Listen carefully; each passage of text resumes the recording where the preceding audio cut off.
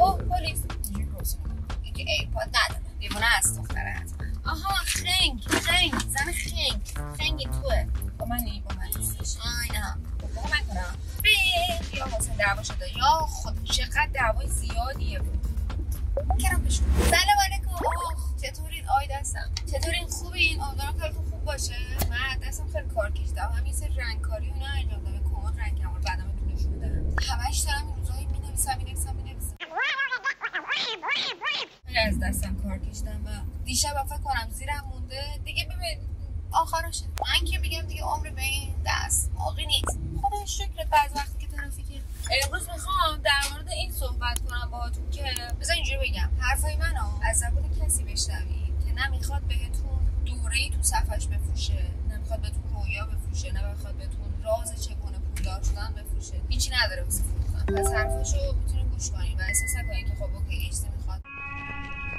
من سال 90 اینا داشتم تو فضای مجازی فعالیت میکردم، یعنی از اون موقع دارم فعالیت میکنم و تونستم یه سری چیز رو بر خودم جمع جور بکنم که پدرم نخریده، شوهر که خدا رو شکر نکردم و نمیکنم اونم نخریده، کسی دیگه هم نخریده و هیچکی نخریده و خودم خریدم. همه اینا رو دارم میگم که بدونیم که حیف نکنید تو خدا عمرتون رو با فقط دنبال کردن. اصلا تو همین منیو که دنبال میکنی، اگه فقط بخوای دنبال کنی تو تولید کننده نشی، حالا چه تو فضای مجازی چه تو فضای هر جا، نمیدونم هر جا که دوست داری، یه جایی از زندگی احساس هیچی میکنی. میدونی به نظر من یه فرق بین هیچی و پوچی هست. اونایی که خیلی پول دارن و از اول بچه‌شون رو خفه کردن از پول، اونها یه جایی احساس پوچی میکنن. اونها که هیچ وقت کاری تو زندگیشون نکردن و پدر مادر به نظر من در درجه اول باعث بانی اینن که اون آدم هیچ کاری در زندگیش نکنه. نوع تربیت مثلا خیلی مهمه، یعنی احساس اینکه هیچ جا هم به هیچ دردی نمیخورن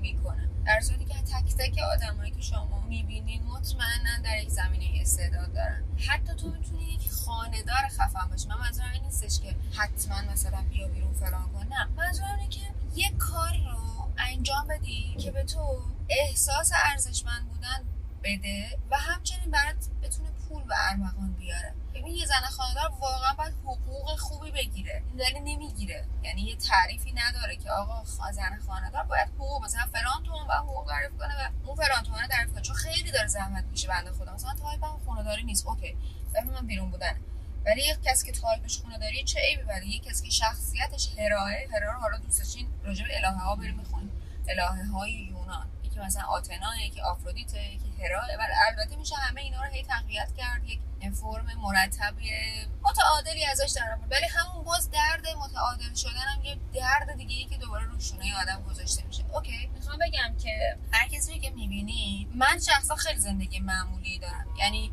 یه ماشین معمولی، یه خونه معمولی مثلا تونستم بخرم، 23 سالم تونستم این کارو بکنم، اینجاش برام بولده. خب اینکه تو 23 سالگی تونستم خونه بخرم بدون هیچ پولی از هیچ کسی بگیرم، بله خیلی ممکن میگن دروغ میگه برو بابا فلان اینا، ولی بهت میتونم اگه هر کی فکر من دروغ میگه بهش بگم من با چه 2 تا 4 تا خونه خریدم، اصلا بگم باورتون نمیشه با چقدر پول خونه خریدم. یعنی استفاده از این و چرا استفاده از این آدم باهوشی هم نه واقعا من آدم باهوشی نیستم. من آدمیم با هوش خیلی معمولی، تستم بدم مطمئنم تست هوشم خیلی معمولیه، سالها پیش دادم و مطمئنم آدم نابغه‌ای نبودم، خیلی معمولی بودم. خب هیچی نیستم، فقط همش اینجوری هم که این چی شد، خب اوکی اونو چیکار کنیم، حواسم به فرانچیز باشه، اگه الان فلان اینجوری شه چی، و هی همش برای خودم سوال میکردم که اوکی الان چیکار باید کرد. حرف حساب این که طی تجربه پیشنهاد من نسخه آدمو یکی نیست. پیشنهاد من اینه که هم پول در بیا، یه جاهای استرس پول در آوردن رو بکش، پول در آوردن استرس داره، کار راحتی نیست، کار سختیه. هر کی بهتون میگه خیلی راحته، از اول راحته، دروغ میگه. انقدر تجربه کنی تا راهاشو پیدا کنی و بفهمی. به نظر من نمیدونم، شاید الکی نمیگن، چی بگم واقعا. برای من مثلا یه سری چیزا دیگه برای من کاری نداره، یه 2 تا 4 تا ساده میشه، ولی 10 سال گذشته نه مثلا 5 سال به بعد اینجوری شدم. از اول اینطوری نبودم، کلی پول به فنا دادم من تا الان. اگر اون هم پول به فنا نداده بودم نمیدونم. به نظر من این کار برای خودتون بکنید، واقعا این کار برای خودتون بکنید. اگه هیچی هم نشه تهش میگی من کاری که می‌خواستم کردم. یه بخش دیگه از حرفم در مورد ریسک این بود، سودم داره دیگه. یهو می‌بینی مثلا 2 تا 4 تا میکنم، میگم آقا من فلان تومنم اینجا این کار سرمایه گذاری بکنم، مثلا 50% سود میده به من. اون کارو میکنم یا میبینی 80% سود میده و تو اصلا اینجوری که مگه میشه؟ اینجوری هم میشه. ریسک خوبم داری. بعد تو دیگه سکته میکنن خوشحالی در اصل سکته میکنی. و نمیدونم، خواستم یه ذره انتقال تجربه بکنم باهاتون، از آدم اینا رو بشنوین که نه قرار براتون دوره پولسازی بهتون بفروشه که حس کنین حرفا رو داره میزنه که گرم کنه فضا رو برای دوره پولسازی، نه مثلا آدمیه که بیاد مثلا پوز بده. نمیدونم، احساس کنم شناختین منو که چجوری ام. اگه مثلا میگم آقا من 23 سالگی خونه خریدم، خب انگیزه به تو بدم بلند شی کار کنی. نمیخوام بگم ببین من کیم، نه هیچکی نیستم. بعد فوتوفن داره، بعد تو باید کار کنی تا فوتوفن یاد بگیری، یعنی باید اشک چشت در بیاد فوتوفن یاد بگیری. هر چقدر دوره موره شرکت کنی با یه دوره دیدن اوستا نمیشی، خیلی چیزا یاد میگیری یا مسیرتو خیلی میتونی هموار کنی. من همه چیو تجربه کردم، خب تجربه کردم و بها دادم، بهای عمرمو دادم. ولی تو مثلا بری دوره یکی تقریبا نقی و بخری که من نمیدونم کی خوبه این وسط واقعا، چون نخریدم نمیدونم دوره کی، ولی منظورم اینه که دوره دیدنم کار بدی نیست. این بنده خدایی که دوره میفروشه آدم بدی نیستن همشون، به خدا من میشناسم آدمایی که خوبن، اسم نمیبرم که نگین نیلوفر این همه حرف زد بگه آخرش تو دوره تغییر عباس آقا رو ببین. مشکل داری. منظورم اینه که میتونن مسیر تو هموار بکنن، دوره ها هم دوره درست حسابی، آدم حسابی خوب شریف، ولی هیچی تجربه نمیشه. من با آدم 70 ساله نشستم حرف زدم، یه آقایی یه تیمساری فکر کنم اون موقع من شما مثلا دقیقاً 72 سالشون بود. آره قشنگ یادمه که گفتن 72 سالم، گفتم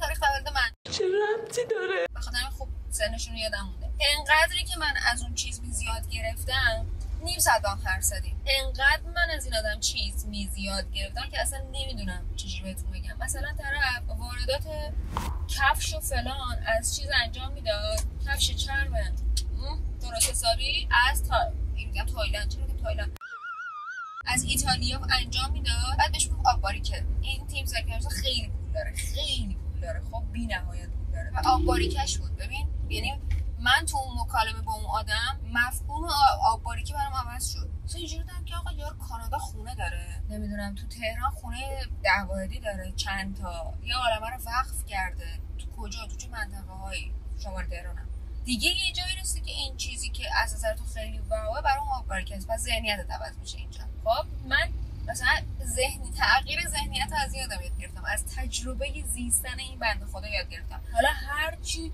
یه مدرس یاد دادم بگه نگاهتو عوض کن، اونم دیدم اینم دیدم، با هم خیلی خوب میشه. پس ارزشمنده هر دوش، هم تجربه ارزشمنده، هم شما دوره ببینی خوبه. اگر خیلی توی الف ماجرا باشی باید دوره ببینی، وگرنه تو الف اون تیم ساری که من باهاش حرف زدم تو ببینی میگی اوه طرف داره پوز میده، طرف اومده خودشو فلان یا مثلا این حتما دوزه. دیدی بعضیا فهم هر کی پول داره حتما دوزه. اگه خیلی مغز آدم تو قسمت الف باشه، الف یعنی زیر خط فقر، میگه همه دوزن، این دوزه، اینم دوزه، اون اینم دوزه. این بنده خدایی که دارن اینجا آسفالتو میکنن مشکل داری ما داریم زحمت میکشیم.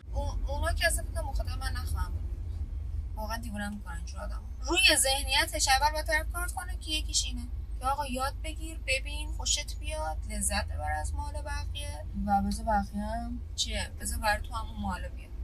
برام حس انتقال تجربه رو داشت فقط و دلم میخواست که نمیدونم به درد خورده باشه این ویدیو. شاید یه نفرم خوبه، انشالله که تعداد بیشتر، ولی خوبه یه نفرم خوبه. آخ دستم نمیدونم میبینیدش رو اینه.